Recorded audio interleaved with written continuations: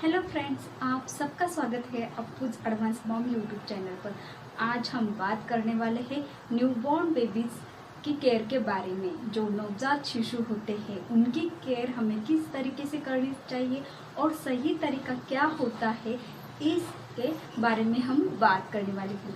मैं आपसे कुछ टिप्स शेयर करने वाली हूँ जो आपके लिए काफ़ी फ़ायदेमंद साबित होगी। आपके लिए जानना भी बहुत ज़रूरी है कि बेबी जो होते हैं न्यूबॉर्न बेबीज़, उनकी सही तरीके से केयर जो है वो किस तरीके से करते हैं। तो चलते हैं सीधा टॉपिक की तरफ। लेकिन अगर आपने अभी तक मेरे चैनल को सब्सक्राइब नहीं किया है तो उसे ज़रूर सब्सक्राइब कर लेना है, ऐसी ही नई नई इंफॉर्मेटिव वीडियोस देखने के लिए। तो टिप नंबर 1 है गोद में लेने का तरीका। जब भी नई माँ होती है, जो कोई भी औरत अपने बेबी को जब पहली बार जन्म देती है तो उसके लिए एक्सपीरियंस काफ़ी नया होता है। वो काफ़ी जो है नर्वस होती है बेबी को उठाने के लिए। जब भी वो उठाना चाहती है तो उसमें कॉन्फिडेंस की कमी होती है। तो आपको ध्यान में ये रखना होता है कि आपको जो है, जब भी आप बेबी को उठाने वाले हो, गोद में लेने वाले हो, तो आपको कॉन्फिडेंट रहना है, कंफर्टेबल रहना है। और आपको क्या करना है, बेबी का जो सिर होता है और जो कमर होती है उसको विशेष सहारा देते हुए बेबी को आपको उठाना है। अगर आप सही तरीके से उठाओगे तो उसे कोई इंजरी नहीं होगी। आपको ये ध्यान में रखते हुए करना होता है कि जो बेबी का सर होता है उसे सहारा देना चाहिए और जो रीढ़ की हड्डी होती है उसे सहारा देना चाहिए। अब अलग अलग तरीके से अपने बेबी को उठा सकते हो, जैसे कि क्रैडल होल्ड हुआ, फेस टू फेस होल्ड हुआ, हेलो वर्ड होल्ड हुआ। तो आप अलग अलग तरीके से आपके बेबी को उठा सकते हो। और जब लेकिन ध्यान में क्या रखना है कि आपको बेबी के सिर और जो कमर होती है उसे जो है स्पेशल सपोर्ट करना होता है, क्योंकि बेबी इस वक्त अपने सिर का जो भार होता है वो संभाल नहीं पाता है और जो भी उसका वेट है वो उसे संभाल नहीं पाता होता है। तो अगर हम उससे सपोर्ट नहीं करते हैं सिर को या रीढ़ की हड्डी को तो उसे इंजरीज हो सकती है। तो इस बात का आपको बिल्कुल बिल्कुल बिल्कुल ध्यान देना होता है।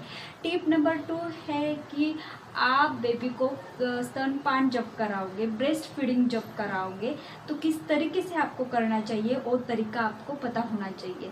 जैसे कि जब भी आप बेबी को ब्रेस्ट फीड कराने के लिए लोगे तो बेबी का सिर जो होता है, आपकी जो ये कोहनी होती है उसमें होना चाहिए और सपोर्ट आपको बेबी की कमर और जो रीढ़ की हड्डी होती है उसे देना होता है और आपके स्टमक के नज़दीक उसे रखना होता है।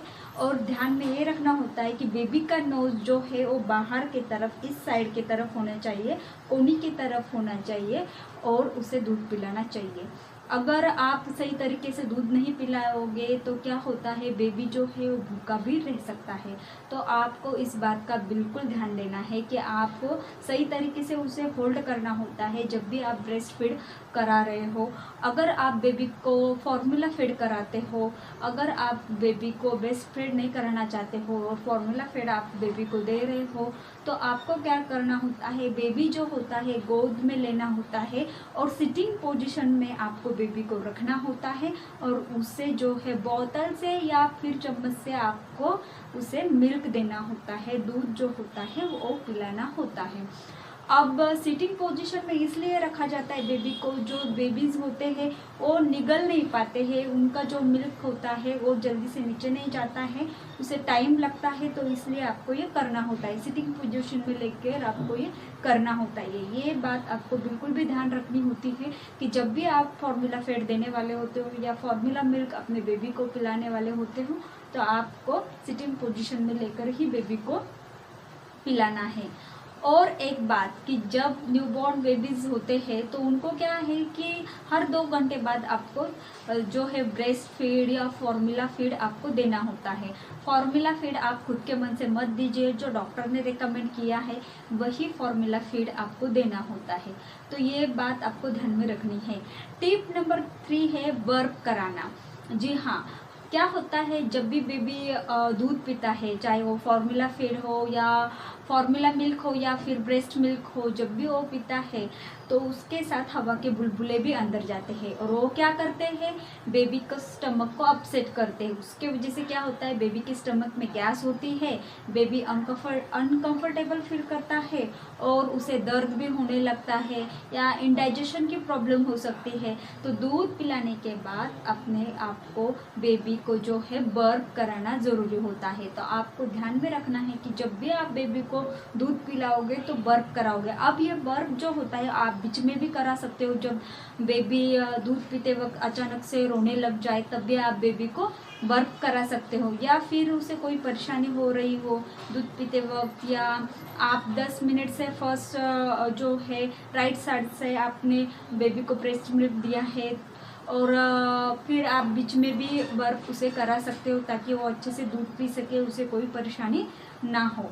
तो ये हो गए बर्फ के बारे में ज़रूरी बातें।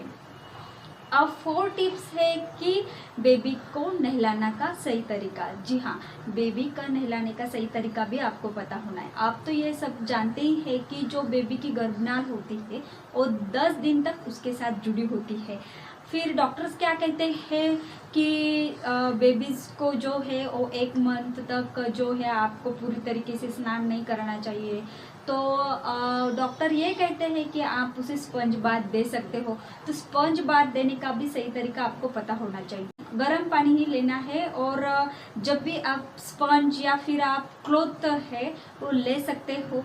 और क्लॉथ जब आप यूज़ करोगे तो अलग अलग पार्ट्स के लिए अलग अलग यूज़ कीजिए और जो है वो धुले होने चाहिए। अच्छे से साफ़ सुथरे क्लॉथ्स आपको यूज़ करने हैं जब भी आप अपने बेबी को जो है वो बाथ देने वाले, स्पंज बाथ जब देने वाले होते।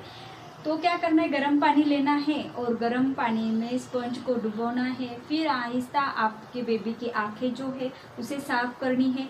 कोनी से लेना है यहाँ से, फिर इधर आपको वाइप करते हुए जाना है। यहाँ से स्टार्ट करना है, इधर वाइप करते हुए जाना है। फिर मुंह नाक जो होता है वो साफ करना है। कान के पीछे का भी आपको साफ करना है। बेबी का जो हेयर होता है हेयर वॉश भी आपको करना है। जब भी आप हेयर वॉश कर लोगे स्पंज से तो आपको तुरंत बेबी का जो सिर है वो किसी कॉटन के कपड़े से ढक देना है। बाद में आपको पूरी तरीके से पूरी अच्छे तरीके से आपकी बेबी की बॉडी जो है उसे स्पंज बाथ देना होता है। इसके लिए आप माइल्ड सोप का यूज़ कर सकते हो या आपके डॉक्टर ने रिकमेंड किया हुआ सोप भी आप यूज़ कर सकते हो। नेक्स्ट टिप्स है बेबी मसाज। आप बेबी को मसाज ज़रूर दीजिए। मैंने भी मेरे बेबी को मसाज दिया था और 2 टाइम दिया था मैंने। और उससे क्या हुआ था, मेरा सीजर हुआ था तो इस वजह से डॉक्टर ने उसका वेट जो है वो काफ़ी कम था, तो डॉक्टर ने उसको 1 मंथ के लिए जो है नहाने के लिए नहीं कहा था, तो हमने उसे स्पंज बाथ दिया था। फिर 1 मंथ के बाद हमने क्या किया था कि उसे प्रॉपर तरीके से जो ट्रेडिशनल तरीका होता है महाराष्ट्रियन लोगों का नहलाने का, उस तरीके से उसे नहलाया था। और उससे पहले हम क्या करते थे, मेरे बेबी को मसाज देते थे। मसाज भी आपको क्या करना है, अच्छे तरीके से बेबी को देना है, हल्के हाथों से मसाज देना है और सही ऑयल का आपको चुनाव करना होता है। आप डॉक्टर के हिसाब से या डॉक्टर की सलाह लेकर भी ऑयल चूज़ कर सकते हो। जब भी आप अपने बेबी को मसाज दो तो उसे आप फीट जो होते बेबी के पैर उससे आपको स्टार्ट करना होता है। और मसाज से बेबी को काफ़ी फ़ायदे होते हैं। बेबी तंदुरुस्त भी रहता है, उसकी जो डेवलपमेंट होती है वो अच्छे से होती है। और पाचन संबंधी डाइजेशन से रिलेटिव अगर कोई प्रॉब्लम बेबी को हो तो उससे उसे काफ़ी राहत मिलती है। तो बच्चा तंदुरुस्त होने के लिए और उसके डेवलपमेंट के लिए मसाज काफ़ी ज़रूरी होता है। तो आप उसे ज़रूर मसाज कीजिए और बच्चा जो है मसाज की वजह से शांत रहता है, रिलैक्स वो फील करता है। बेबी की जो एक्सरसाइज होती है वो तो करता नहीं इस टाइम पे, तो मसाज ही उसकी एक्सरसाइज होती है। तो इस बात को आपको बिल्कुल भी ध्यान में रखना है।